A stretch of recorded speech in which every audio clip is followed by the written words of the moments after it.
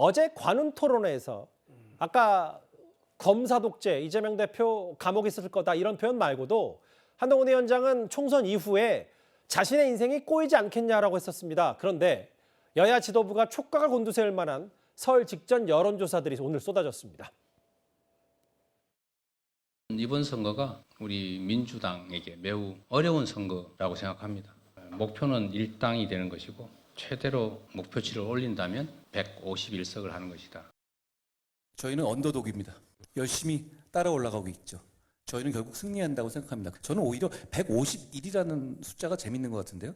그분도 굉장히 자신만만한 분들 아니에요? 180석을 갖고 있고요. 지금 준연동제로 해가지고 위성정당 띄워서 또 사람들 모으겠다는 분들이잖아요. 왜 이렇게 소박한지 좀 묻고 싶은데요. 저는 오히려 이재명 대표의 이번 총선의 목표는 자기의 생존, 자기의 당권 유지가 아닌가 생각합니다. 151이라는 그 숫자가 그 점을 좀 엿보게 해준다고 저는 생각합니다. 설 연휴 직전에 귀성 인사도 떠나고 봉사활동하고 여야 지도부 다 공을 들인 이유, 그리고 이렇게 앞서 저희가 전해드렸던 것처럼 말싸움도 한치도 양보가 없는 이유는 바로 설 연휴 민심 때문일 겁니다. 이현정 의원님. 네.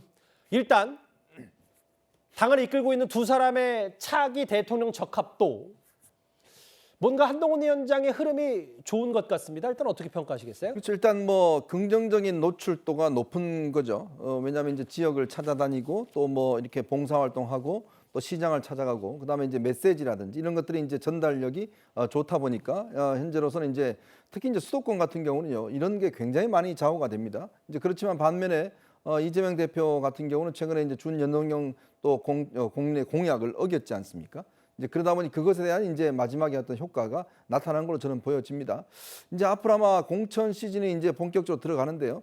이제 설 연휴가 끝나면 이제 공천과 관련해서 어느 당이 이제 자범이 많은가 또 없는가 여기에 따라서 이제 좌우가 될 것이고, 그때부터는 아마 지금보다 더 치열한 이제 양측 대표 간의 어떤 공방이 벌어질 겁니다. 근데 문제는 이제 이재명 대표는 계속 이제 재판을 받아야 되는 그런 상황이고요. 또 이런 사법 리스크가 계속 있기 때문에 아마 발목을 잡을 것 같고, 특히 지금 현재 계양을에 출마를 해서 지금 현재 좀 전에 보셨지만 원희룡 장관과 지금 대결을 해야 되지 않겠습니까? 반면에 이제 이 한동훈 위원장은 본인이 불출마를 했기 때문에 좀 전국을 누빌 수 있는 어떤 시간적인 여유가 충분히 있는 것이거든요. 뭐 그런 면에서 상당히 이재명 대표 입장에서는 좀 곤혹스러울 것이다 이런 생각도 듭니다. 근데 이제 차기 대선 말고 또 다른 여론조사도 있어요. 이거는 수도권 양자 대결. 한동훈 48, 이재명 42, 그리고 한동훈 47, 41 이렇게 서울과 인천, 경기 수도권의 전반적인 얘기를 살펴봤다면 최재문 교수는 이 여론조사를 좀 여쭤볼게요.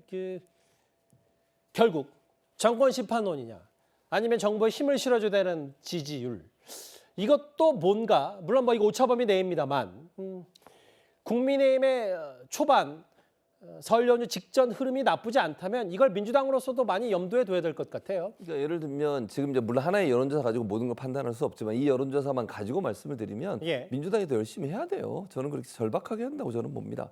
그러니까 민주당이 뭐 예를 들어서 정권 심판론, 저는 정권 심판론이 높다고 보지만 그렇다고 해서 거기에 기대 가지고 그냥 가만히 있어도 된다 이런 생각하면 저는 안 된다고 생각해요. 선거는 절박하게 해야 되는 거예요. 저는 언제나 항상 조금씩 지고 있다고 생각하고 하나의 어떤 프레임에 기대서 선거를 이기겠다는 생각을 하는 것은 대단히 위험하다고 저는 생각합니다. 더 절박하게 국민들이나 아니면 시민들이나 주민들의 지지를 받기 위한 노력들을 반드시 해야 되고요. 개혁을 더 세게 해야 된다 저는 그렇게 봐요. 예. 공천도 마찬가지고요.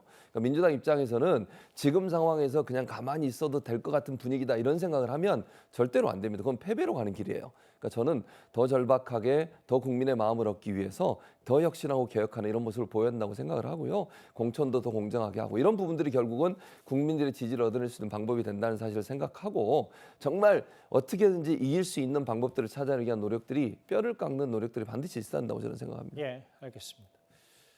이 여야 공방 격화되어 있는 걸 속보성으로 만나봤고요. 이번 주제에서.